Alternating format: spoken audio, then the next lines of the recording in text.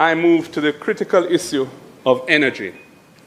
Our policies for energy, which is our third E, are critical for building a more efficient, competitive and resilient economic base for our country. Energy impacts every other sector in the economy. Weak policy execution for energy means a weak economy overall.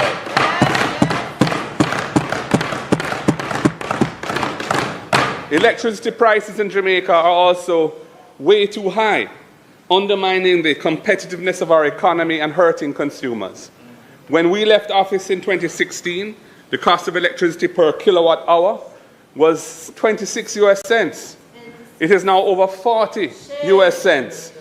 The price of electricity has just about doubled under this government. The existing all-island electricity license held by Jamaica Public Service Company comes to an end in 2027.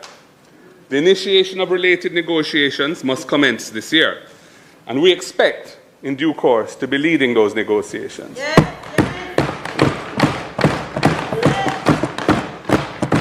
It is a process that must be pursued with great diligence, expertise, and vision to ensure a more responsive and forward-looking approach to consumers' needs and business needs. Greater climate resilience for the country's transmission and distribution system must also be a part of the mix. Mr. Speaker, this government has failed to issue regular requests for proposals, RFPs, for additional renewable energy over their 8 years. In fact, there's only been one in the last 9 years. We will prioritize achieving the renewable energy target of 33% by 2030. We intend to issue utility-scale RFPs every 2 to 3 years to achieve our renewable energy target. And Mr. Speaker, there's an important social dimension to the high cost of energy. Theft is a major problem for the economic viability of the electricity system and exposes many families to legal and fire risks. For some time now, including in my budget presentation a year ago, I called for the government to get behind a massive drive to assist informal consumers of electricity to get regularized and become lawful customers of JPS. In 2014, when we were in office, we did a pilot in several communities, and I urged the government to re-examine the outcomes of that pilot so that as many people as possible can become lawful customers on the grid.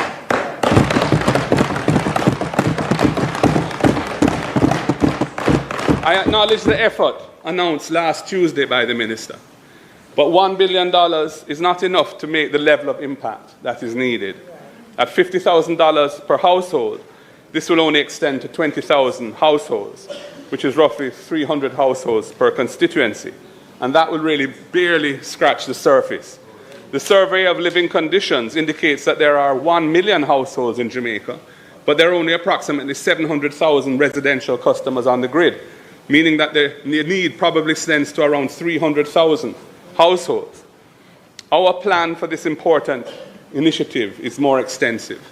We see it as a crucial socio-economic imperative to decriminalize the electricity consumption of the many Jamaicans who cannot afford to undertake the process of regularization on their own. We are determined to empower these otherwise upstanding citizens to become lawful customers of the utility. It will reduce the risk of electrical fires, which are prevalent in many communities.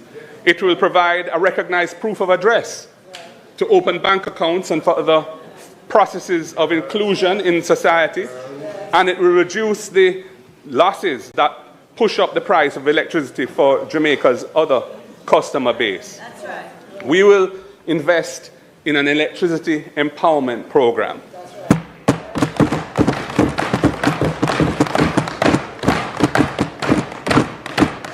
The program will cover the cost for low-income households to regularize their electricity connections, rewiring, inspection, certification, provide the incentive of a credit against their light bills for a period after they become customers, and provide their homes with solar panels to reduce their electricity bills and build climate sustainability.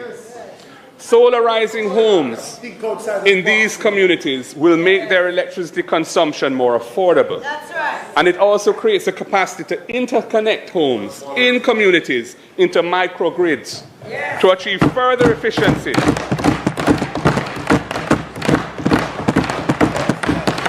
and further savings for residents, as has been done successfully in other countries such as Bangladesh. Mr. Speaker, reducing prices, increasing access with dignity, and improving efficiencies, that's the way that we will champion positive change in energy.